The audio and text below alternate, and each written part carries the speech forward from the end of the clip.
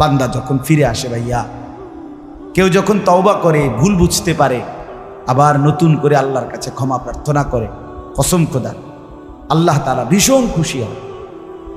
হাদিসে আছে আল্লাহর কোনো বান্দা যখন তওবা করে, আল্লাহ তখন ফেরেশতাদেরকে বলে, আমার ফেরেশতারা 7 আসমান আর জান্নাত সাজিয়ে দাও। ফেরেশতারা জান্নাত সাজায়, আসমান সাজায়। ফেরেশতারা ডেকে বলে, রব্বুল আলামিন কি হলো যে কারণে আসমান সাজাইলেন, জান্নাত সাজাইলেন? রব্বুল আলামিন তখন বলে, আসলাহাল আবদু মাওলাহু, এক ভেগে যাওয়া গোলাম আজকে তার মনিবের সাথে সম্পর্ক ঠিক করে ফেলেছে।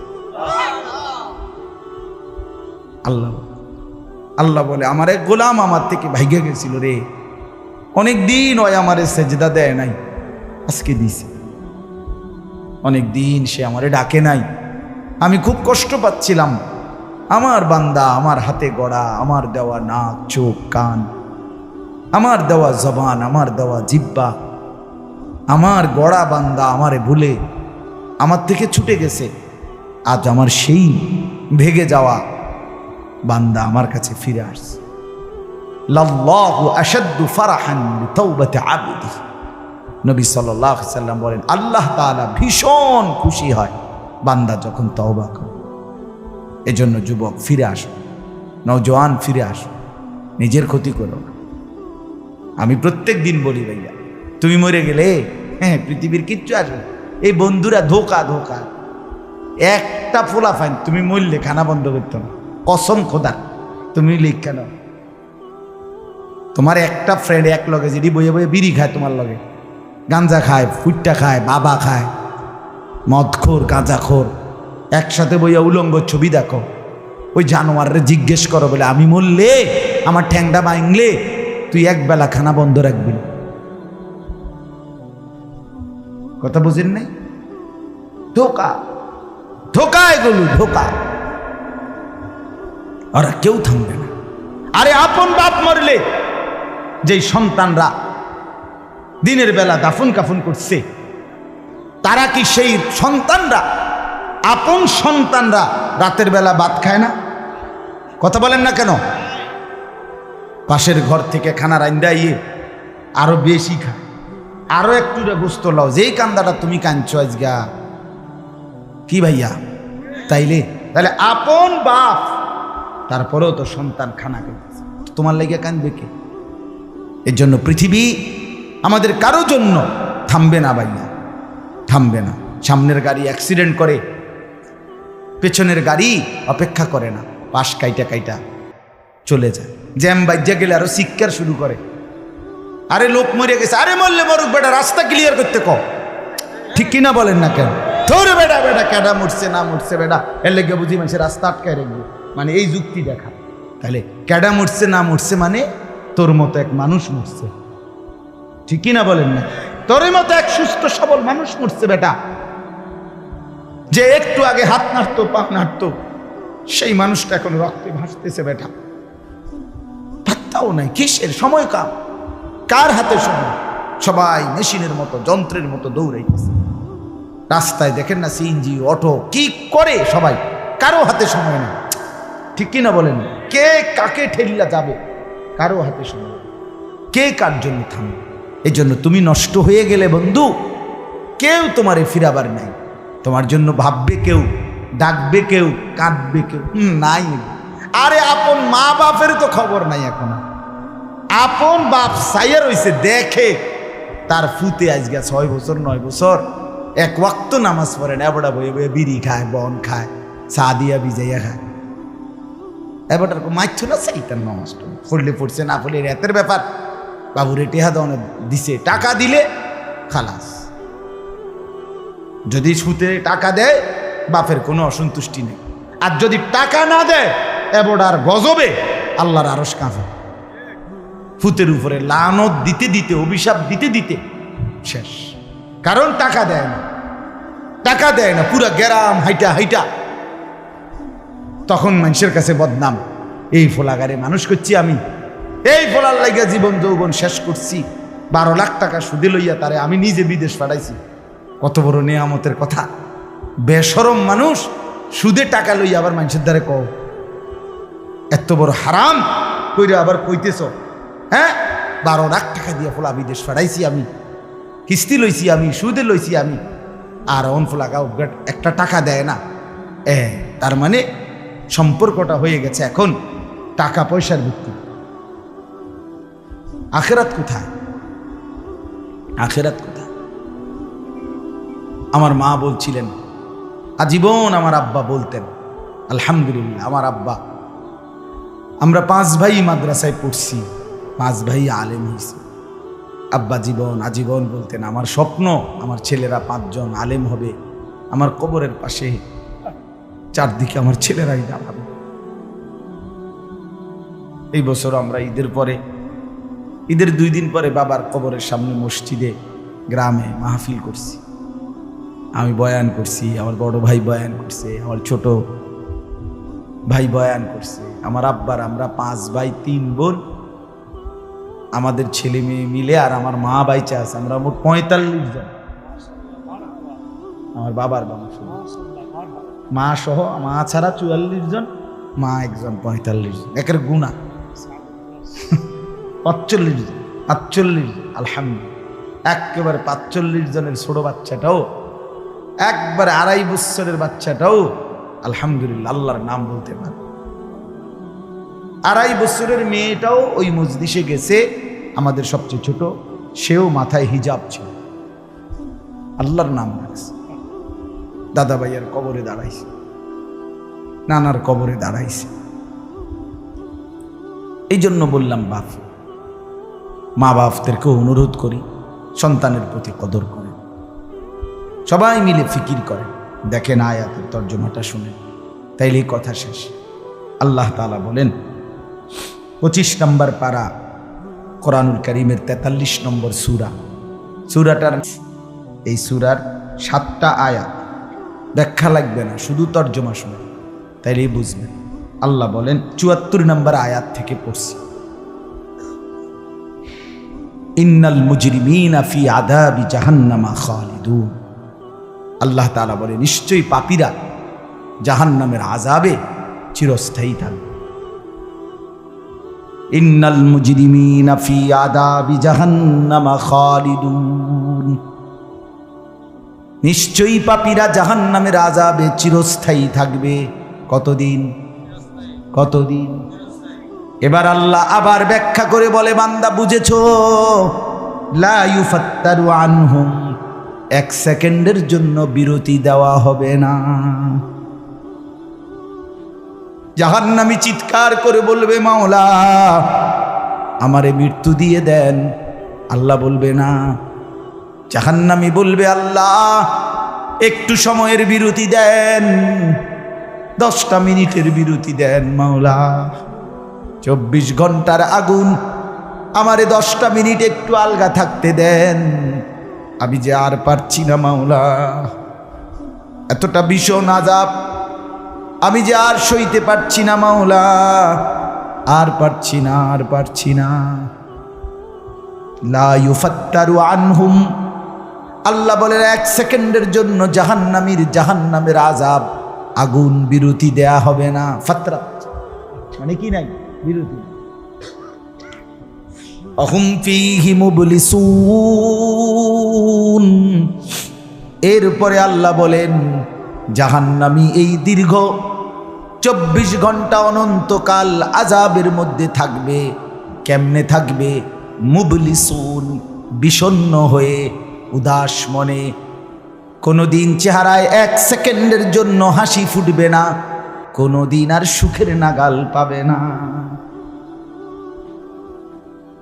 আজ তো বন্ধু রাত কেটে ভোর হয়, ভোর গিয়ে রাত হয়, অন্ধকার আলো হয়, আলো অন্ধকার হয়। যে হাসে সে কাঁদেও, যে কাঁদে আবার সে হাসেও, ঠিক না?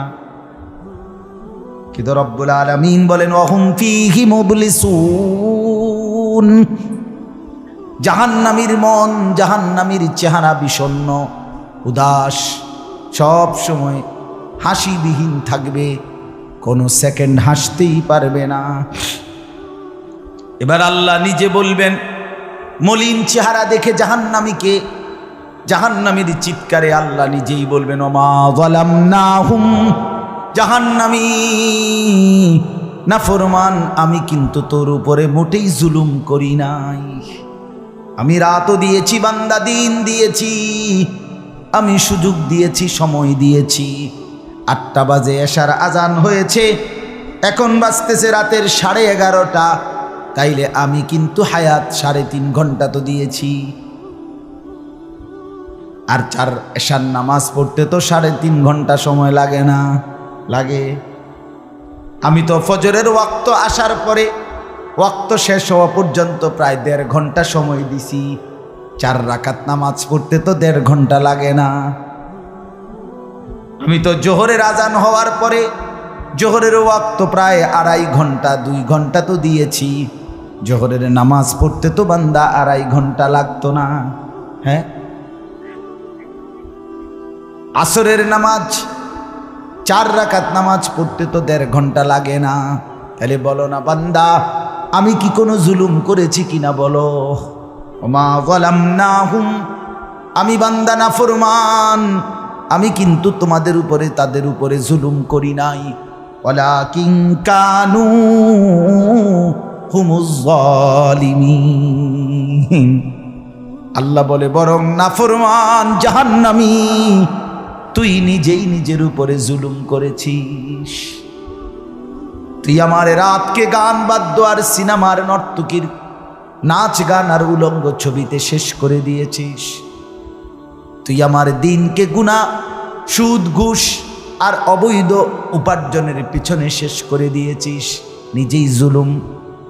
এবার শুনেন, এবার আল্লাহ তাআলা বলে জাহান্নামী, এবার শুনেন আল্লাহ যখন এটা বলবে জাহান্নামী এই ভীষণ আযাবে একটা বিরতি নাই। এইবার জাহান্নামের ফেরেশতাকে ডাকবে। জাহান্নামের দায়িত্বে প্রধান যেই ফেরেশতা, ওনার নাম মালিক। ওনার নাম কি? মালিক ফেরেশতা।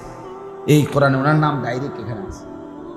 জাহান্নামী বলবে ওয়ানাদাউ ইয়া মালিক লিয়াকদি আলাইনা রাব্বুক। ওহো,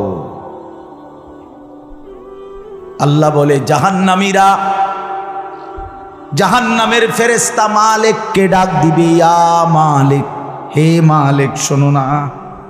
ফেরেশতা একটু শোনো না। লিয়াকদি আলাইনা রাব্বুক, ফেরেশতাকে বলবে ফেরেশতা তোমার রব, তোমার আল্লাহকে একটু বলো না এমন কষ্টের আযাব না দিয়ে আমারে চিরতরে একবারে শেষ করে দিতে, আমি যে আর পারছি না। লিয়াকদি আলাইনা রাব্বুক, বলো না ফেরেশতা, তোমার মাওলাকে বলো না, তোমার রবকে বলো না আমারে একদম শেষ করে দিতে, আমারে মৃত্যু দিয়ে দিতে, আমি যে আর পারছি না। কেমনে সইব এত গরম, কেমনে সইব এত আযাব? ফেরেশতা তখন বলবে ক্বালা ইন্নাকুম মাকিসুন। ফেরেশতা বলবে না নাফরমান পাপী, এই জাহান্নামী তোকে অপেক্ষা করতে হবে, মৃত্যু হবে না। আল্লাহ বলবেন লাকাদ জিনাকুম বিল হক, আমি তো বান্দা সত্যের বাণী, সঠিক বাণী বারবার তোমার কাছে নিয়ে এসেছিলাম। একবার বেলায়েতুল্লাহ বলছে, একবার আনিসুর রহমান বলছে, বারবার বারবার বারবার আমার কত বান্দা দিয়ে, কত ইমাম, কত খতিব, কত আলেম, কত বুজুর্গ দিয়ে আমি তো সত্যের বাণী, কোরআনের বাণী, এই জাহান্নামের কথা বারবার তোর কাছে বলাইছিলাম বান্দা। ওয়ালাকিন্না আকসারাকুম লিল হাক্কি কারিহুন, কিন্তু তোমরা তো অধিকাংশই আমার সত্যের আহ্বান, আমার কোরআনের আহ্বানকে অপছন্দ করেছ। পাত্তা দিস এত বাদ দিস হুজুর লাইতান কইবই মাতিস, তাই আছে না এমন ব্যর্থ মিজলো কথা বলে না? অনেক বুড়া মানুষও আছে, বুড়া মানুষ। আর রাখো হুজুররা যত কয় এত না, কিছু কইতে লাগলে বাড়াইয়াও কয় বেটা হুজুররা বেটা। কথা বলেন না কেন? হ্যাঁ, আরে রাখ আল্লাহ ভরসা বেটা, আল্লাহ ভরসা কিতা, আল্লাহ ভরসা কিতা মানে আল্লাহ কি, আল্লাহ কি হিসেবে ভরসা আমি এটা বুঝাইয়া কর। আল্লাহ বলছে বান্দা তুমি বিড়ি খাইতে থাকো আমি ভরসা। হ্যাঁ, এমনি আল্লাহ কইছে নাকি? তুমি টেলিভিশনে নাচ গান প্রত্যেক দিন বিকালে নর্তকী দেখো আমি ভরসা, এটা নিয়ে আল্লাহ কইছে। তো আপনি কিতা কইলেন কি আল্লাহ ভরসা কিতা, কি বুঝাইতে চাইলেন? হ্যাঁ, আল্লাহ ভরসা মানে কি? মানে আপনি গুনার উপরে মৃত্যু পর্যন্ত টিকে থাকবেন আর আল্লাহ ভরসা, এটাই না? নবী সাল্লাল্লাহু আলাইহি সাল্লাম সুপারিশ করবেন মানে কি? নবীজি সুপারিশ করবেন এই কথার অর্থ কি? এই কথার অর্থ এই যে উম্মত তুমি বিড়ি সিগারেট মদ জুয়া চুরি ডাকাতি জিনা ব্যভিচার নাচ গান সুদ ঘুষ তোমার যে দুর্শল্যে কুলায় মৃত্যু পর্যন্ত শেষ মুহূর্ত পর্যন্ত তুমি করতে থাকো, আমি সুপারিশ করে করে তোমার বেহেশতে দিন, এই তো অর্থ না? তো কি তা আপনি বলেন আমারে কি আসলে কি? আরে মুসলমান খুব বেশি খামখেয়ালি, খুব বেশি খামখেয়ালি। এবার দেখেন একটা শক্ত কথা আল্লাহ বলছে, আম আবরামু আমরান ফাইন্না মুবরিমুন। আল্লাহ বলে জালেমরা পাপীরা তোরা আমার আযাব থেকে বাঁচবার কোনো ব্যবস্থা করেছো কিনা তোমরা ঠিক করো। ফাইন্না মুবরিমুন, আমি তোমাগরে কেমনে ধরবো শাস্তি দেব কি কি এগুলো আমি আল্লাহ আমারগুলো ঠিক করে ফেলেছি। যে আম আবরামু আমরান, তারা কি কোনো ব্যবস্থা করেছে কিনা জিজ্ঞেস করেন। ফাইন্না মুবরিমুন, আমার ব্যবস্থা আমি করে রাখছি। বুঝেন নাই কথাটা? আল্লাহ বলেন আমার শাস্তি দেব কি কি, আমার আযাব দেব কি কি আমি সব ঠিক করে রাখছি জাহান্নামে। তুমি বান্দা বাঁচবা কেমনে তোমারটা তুমি ঠিক করছো কিনা বলো। এবার শেষ আয়াত, আম ইয়াহসাবুনা আন্না লা নাসমাউ সিররাহুম ওয়া নাজওয়াহুম। আল্লাহ বলে নাফরমান পাপীরা জালেমরা দুশমনরা মনে করে আমি তাদের গোপন কথা অন্ধকারের গোপন পরামর্শ একেবারে চুপচাপ নিরিবিলি কথাগুলো আমি শুনতে পাই না। কারণ ইয়ারফোন লাগাই রাখছে না, মা কানের মধ্যে দুইটা বল্টু লাগাইলে তার আল্লাহ শুনে না, কথা কয় না। হ্যাঁ, আল্লাহ জিজ্ঞেস করছে তুমি এই ভাবছো না তুমি যে কানের মধ্যে গান শুনবার টাইমে ইয়ারফোনের বল্টু লাগাইয়া রাখো, তুমি মনে করছো না ফরমান মাইনসে না শুনে না, তো মাইনসে যখন শুনে না আমিও শুনি না নাকি? জবাব দেন, ওই যুবক বলো না মিয়া,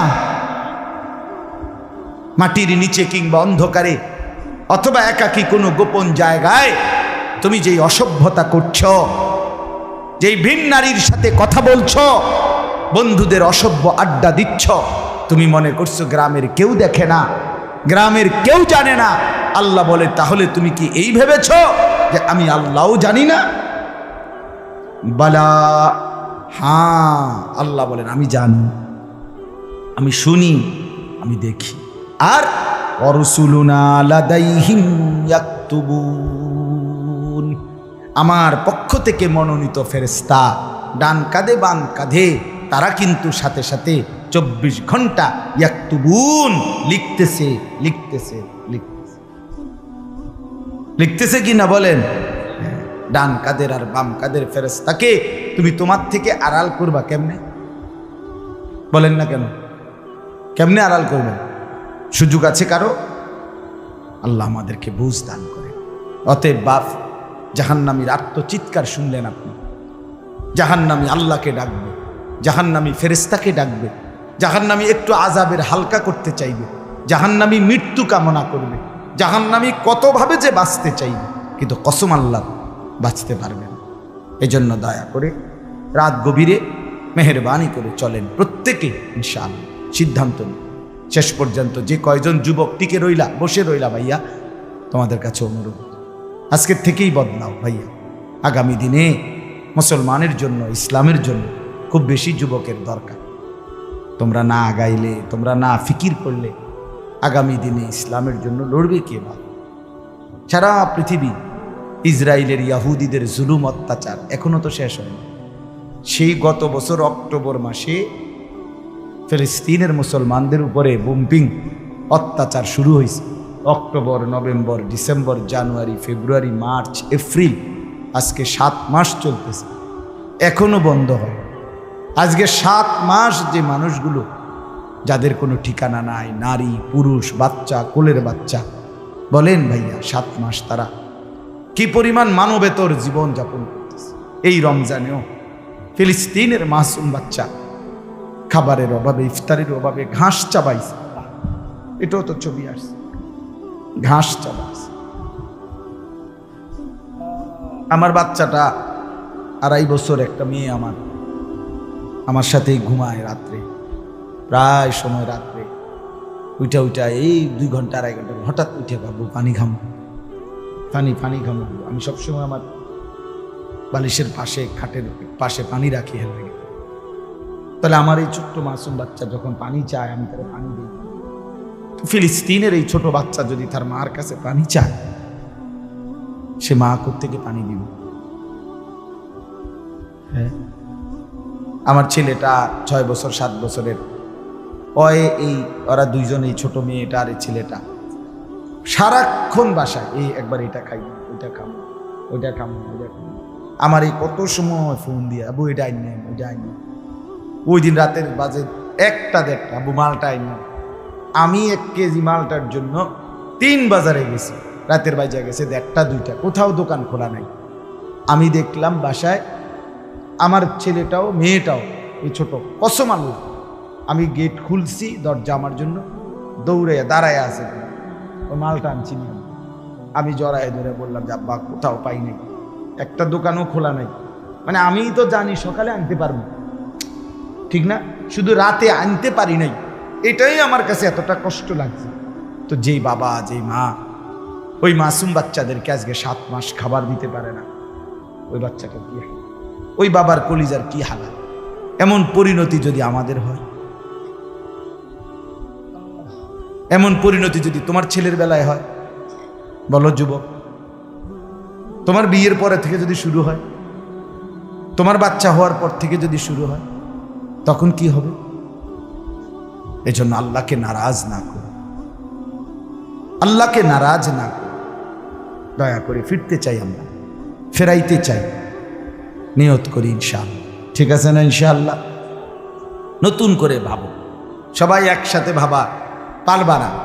যেই যুবকদের ফিকির আছে, বুঝ আছে, দিমাগ আছে, তুমি নামাজ পড়ো, ইনশাআল্লাহ ভালো হবে। তুমি মোবাইল প্রয়োজনে ব্যবহার করো, যার যেটুকু প্রয়োজন এটুকুই দেবো। শুধু শুধু নারীর ছবি, নাচ, গান, অস্থির দৃশ্য কোনো দরকার নাই।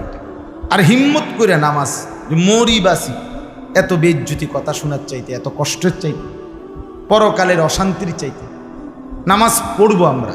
দেখবেন ছেলেরা, তোমরাও হিম্মত করে শুরু করলে 5 ওয়াক্ত নামাজ ওষুধের মতোই মনে করো না, বিষ ওষুধ, তিতা ওষুধের মতো। দেখবে 1টা মাস যদি কেউ একটু জন্মা যে মরি বাসি নামাজ পড়মুই, কসম একসময় এটা মজাদার হয়ে যায়। হ্যাঁ, সেজদা দিলে খুব মজা হয়। সেজদা দিলে বান্দা আল্লাহ পিঠে মাথায় আদর করে হাত বুলায়, খুব আদর করে, আল্লাহ পাক খুশি, বান্দাকে কোলে তুলে নেয়, আদর করে। এই জন্য আমরা দয়া করে ইনশাআল্লাহ নামাজ পড়ি। পর্দার আড়ালের মা বোন যারা আছে, মা, আপনি যদি বেপর্দা হন, আপনিও শেষ হইলেন, এলাকার ছেলেগুলোকেও নষ্ট করলেন। একজন বেপর্দা নারী শুধু নিজে গুনাহগার, সে অসংখ্য মানুষকে পাপে অংশগ্রহণ করায়।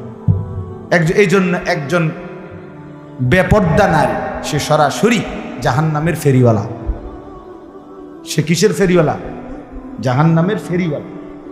সে জাহান্নামের ফেরিওয়ালা, আগুনের ফেরিওয়ালা। কারণ সে তো তার রূপ যৌবন দেখাইতেছে, ফেরিওয়ালার মতো পিছনে পিছনে ডাকতেছে অসংখ্য যুবককে, দেখো আমাকে, বরবাদ করো নিজেকে,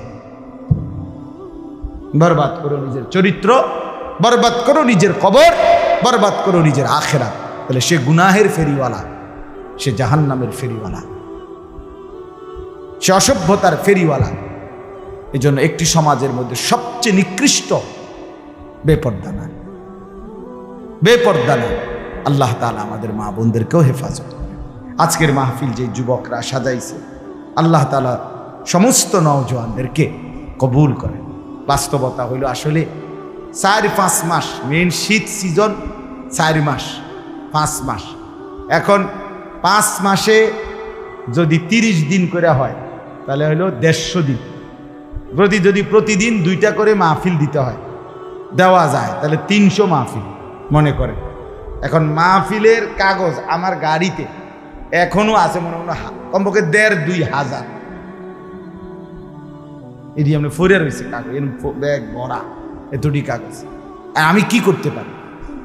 কেমনে দাও, কিভাবে দাও? আচ্ছা, সারা বাংলাদেশ তো নবীনগরকেই বলে, ঠিক না? বাংলাদেশ মানে তো নবীনগরে এমনি বলেন। সারা দেশ থেকে এই মাহফিল নিয়ে কাবজাব, কত মানুষের আবেদন, অনুরোধ, কাকুতি মিনতি। এরপরও আমাদের এই মুফতি বেলায়েতুল্লাহ সাহেব এবং আমাদের এই নবীনগর এসআর মসজিদের ইমাম মকবুল ভাই, মাওলানা মকবুল সাহেব, এরা সবচেয়ে বেশি মাহফিলেই কম না। আলহামদুলিল্লাহ, আমি চেষ্টা করছি, ওনাদেরকে অনেকগুলো মাহফিল দিছি, আরও দেওয়ার ফিকির আছে, কিন্তু আসলে সময় একদমই অল্প। মূলত খুব বেশি ডেট নাই, কুলাম যায় না, এই জন্য এই সময় দিতে হচ্ছে। ওই ভাই ইমাম সাহেব অনেক অনুরোধ করছে, আমারও মনে আছে, ওখানে বারবার বেশি অনুরোধ করছে। এই জন্য যাক, আল্লাহর দয়া আশা হয়েছে। আমিও আপনাদের জন্য দোয়া করি, আপনারাও আমার জন্য দোয়া করবেন। আল্লাহ তাআলা আমাদের সবাইকে মিলেমিশে দ্বীনের কাজে অংশগ্রহণ করার তৌফিক দান করেন। আমিন।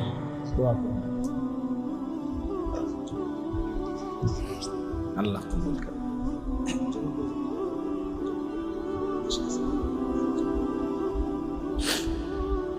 অনেক কষ্ট করে প্রবাসী যে বিদেশি ছেলেরা, আমি নিজ চোখে দেখি। এইবারও আমি উমরায় গেছি, যে রমজানে, এই রমজানে আমি প্রবাসী ভাইদের রোমে গেছি, বয়ান করছি। 12 জন, 14 জন, 16 জন, 20 জনের রুমে হালাকা। এবার বেলায় যে হালাকা কাকিয়া, ওখানে গিয়ে বয়ান করছি। এবার এই আমগো প্রবাসী বাংলাদেশি ভাই, আর এই অনেক কষ্ট করে, 12 ঘন্টা 14 ঘন্টা ডিউটি করে। হ্যাঁ, এরপরে আপনার এই ছোট্ট একটা রুমের মধ্যে 14 জন 16 জন একসাথে ঘুমায়, নিজেরা রান্না করে খায়, নিজেরা। ঠিক আছে, কথা হবে ইনশাআল্লাহ। হ্যাঁ, এই জন্য এরা অনেক কষ্ট করে। এই কসবার এক ছেলে, আমি এক মাস এবার আমার এইবার রমজানে জড়ায় ধরা আমার কানছে অনেক, বিদেশ মক্কায়। ছেলেটা আমারে বলতেছে, হুজুর আমি 8 বছরে আজকে বিদেশ করি, এই 8 বছরে কোনোদিন এই বিদেশে একজন ভালো ডাক্তার কোনো শরীরে কোনো রোগ সুখের জন্য দেখাইনি। কয়েকজন ডাক্তার যদি দেখাই তাহলে হেরার যে ওষুধ টষুধ দিবে আমার 15-20 হাজার টাকা চলে যাবে খরচ। তাইলে আমি বাড়ির টাকাটা পাঠামু কেমন? এই জন্য ব্যথা বেদনার একটা ট্যাবলেট খাইয়া পইরা থাকি হুজুর, আর এই কলজার মধ্যে জমাইয়া টাকাগুলো সব বাড়িতে পাঠাই। ছেলেটা আমারে খুব কাঁদছে, আমার পোলাটার কথা মনে হয়। সে আমারে বলছে, হুজুর আমি আজকে 8 বছরের কসম আল্লাহ, এই মক্কায় বলতেছি, সুখ নিজের আনন্দ বলতে কি জিনিস আমি আজকে 8 বছরে কোনোদিন দেখিনি। সবটা দিয়ে দিছি পরিবারের জন্য, মানে বাড়িতে, শুধু কোনো রকম মানবেতর, কোনো রকম মানে কোনো রকম জিন্দিগিটা কাটাই, বিদেশে পড়ে আসি আমি। কিন্তু এরপরে বাবা, এতটা কষ্টের টাকা পাঠাবার পরে যেই স্ত্রী, যেই বিবি বাজারে বাজারে ঘুরে, বেপর্দা ঘুরে, মোবাইলে সারা দিন রাত পড়ে থাকে, স্বামীর পবিত্র আমানত, নিজের ইজ্জত, নিজের সতীত্ব নষ্ট করে, পরকিয়া, ভিন কোনো পুরুষের সাথে অবৈধ কোনো সম্পর্ক করে, তার মতো অসভ্য, নির্লজ্জা, বেহায়া, অসভ্য নারী আল্লাহর জমিন আর কেউ হইতে পারে না। তোর জন্য বেটি, তোর ছেলেটার জন্য, বাচ্চাগুলোর জন্য এই ছেলেটা, এই পুরুষটা আজকে 6টা বছর, 8টা বছর, 12টা বছর বেটা বিদেশের জমিনে পড়ে আছে, আর বিনিময়ে তুই নিজের জিন্দেগি নষ্ট করে দিলা, স্বামীর পবিত্র আমানত নষ্ট করে দিলা তুমি। এই জন্য দয়া করে আমার কথাটা যদি একটু শক্ত হয় মাফ করে দিয়ে আমার কিন্তু প্রবাসীর বিবিদেরকেও বলি, বোন দয়া করে নিজের ইজ্জত আব্রু সতীত্ব নিজের চরিত্রের হেফাজত কষ্ট করে হলেও, আপনার জন্য স্বামী বেচারা কষ্ট করে, আপনিও তার জন্য কষ্ট করেন, মিলেমিশে সবর করিলে চরিত্রের হেফাজত করিলে একদিন দুইজনই জান্নাতি হবে। ছেলেরা যারা তোমাদের বাপ বিদেশ, তোমরাও ভাইয়া একটাবার দেখে আইসো কি কষ্ট করে। এই জন্য দয়া করে কষ্টের এই রক্ত পানি করা টাকা শুধু শুধু মোবাইল টিপ্পা উলঙ্গ ছবি দেখা নর্তকীর নাচ গান দেখে ভাইয়া নষ্ট করো। এত বড় জুলুম বাপের উপরে কইরো না, আল্লাহ সইবেন। এত বড় জুলুম কইরো না, একদিন তুমি কষ্ট পাইবে, একদিন তোমার উপরে এই মুসিবত আসবে। আল্লাহ আমাদের ছেলেদেরকেও হেফাজত করেন। মসজিদের কাজ আমি নিজেও দেখছি, আলহামদুলিল্লাহ মসজিদের কাজ চলতেছে। দয়া করে সবাই মিলে মসজিদের দিল খুলে দান করবেন। মনে রাখবেন হাদিসের মধ্যে আছে, আল্লাহ নবী সাল্লাল্লাহু আলাইহি সাল্লাম বলছেন, ইসরাফিল যখন ফু দিবে কিয়ামতের দিন সব কিছু ধ্বংস হবে, হবে কি না? কথা বলেন না। ইল্লাল মাসাজিদ, নবীজি বলছে মসজিদ ব্যতীত। ইসরাফিল ফু দিলে আসমান জমিন চন্দ্র সূর্য ঘর বাড়ি দালান বিল্ডিং পাহাড় নদী সব চুরমার হয়ে যাবে, মসজিদ ভাঙবে না। বোতলে মসজিদ কি হবে? ইয়াদম্মু বা'দুহা মা বা'দ, এক মসজিদ আর এক মসজিদের সাথে লাগবে, মিশবে আর কি। মিশা সব মসজিদ কাবা ঘরের সাথে মিলবে, একসাথে আল্লাহর ঘর কাবা সহ একসাথে সবগুলো জান্নাতে চলে যাবে। এরপরে এই জন্য মসজিদের দান যে করলেন, আপনি মসজিদে টাকা পয়সা দান করলেন, যে এই মসজিদ আপনি বেহেশত থেকে দেখবেন, আর এই যে আমরা গ্রামের মসজিদ বুঝেন না। এই জন্য মসজিদের দান শেষ হয় না, মসজিদের দান কি হয় না, শেষ হবে না। আপনি দিয়ে যাবেন, এ আগে দিছেন আবার দিবেন, সামনেও দিবেন, ঠিক আছে ইনশাআল্লাহ। সবাই সহযোগিতা করেন। ভবিষ্যতেও ছেলেরা তোমরা নিজেদের এই মাহফিল আন্তরিকতার সাথে মিলেমিশে চালু রাখো, চেষ্টা করবা। আমরাও যদি কখনো আবার সুযোগ পাই আসার চেষ্টা করব। আরও ওলামায়ে কেরাম বেলায়েত ভাইয়ের সাথে কথা বললে ফিকির করে দেবে ইনশাআল্লাহ, চেষ্টা করে দেবে। আল্লাহ তাআলা সবাইকে কবুল করুন। আলহামদুলিল্লাহ।